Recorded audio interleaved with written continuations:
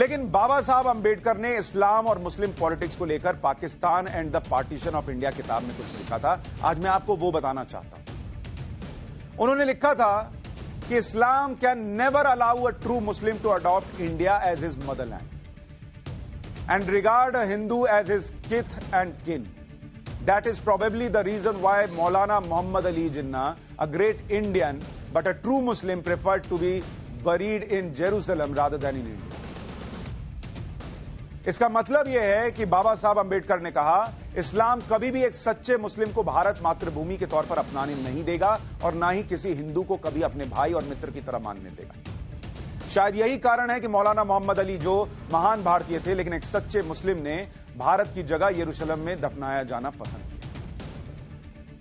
बाबा साहब की फोटो कई जगह आजकल मैंने देखा था शाहीन बाग में भी लगी हुई थी। पता नहीं उन लोगों को यह पता है कि नहीं बाबा साहब ने क्या कहा है। उन्होंने यह भी कहा कि Islam is set to bind people together but this is only a half truth, for Islam divides as inexorably as it binds. The brotherhood of Islam is not the universal brotherhood of man. It is the brotherhood of Muslims for Muslims only. यानी कहा जाता है कि इस्लाम लोगों को लोगों से जोड़कर रखता है, लेकिन यह अर्ध सत्य है। इस्लाम उतना ही बांटता है जितना जोड़कर रखता है। इस्लाम का भाईचारा सार्वभौमिक भाईचारा नहीं है, यह भाईचारा मुसलमानों का है और सिर्फ मुसलमानों के लिए।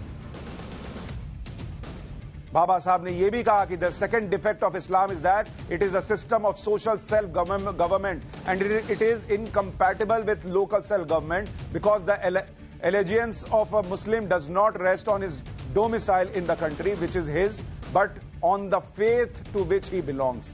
यानी इस्लाम की दूसरी खामी यह है कि उनकी सामाजिक स्वशासन की एक प्रणाली है जो स्थानीय शासन के साथ मेल नहीं खाती, क्योंकि एक मुस्लिम की निष्ठा उस देश में उनके निवास स्थान पर नहीं है बल्कि उस विश्वास पर है जिसे वो मानता है।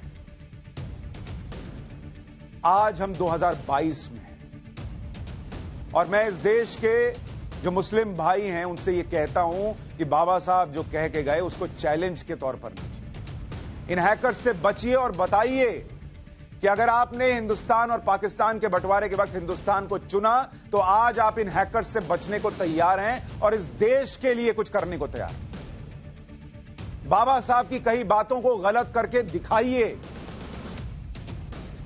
बताइए कि आप 2022 में आ चुके हैं, वरना देश दुनिया आज भी इन्हीं शब्दों को सही मानती रहेगी।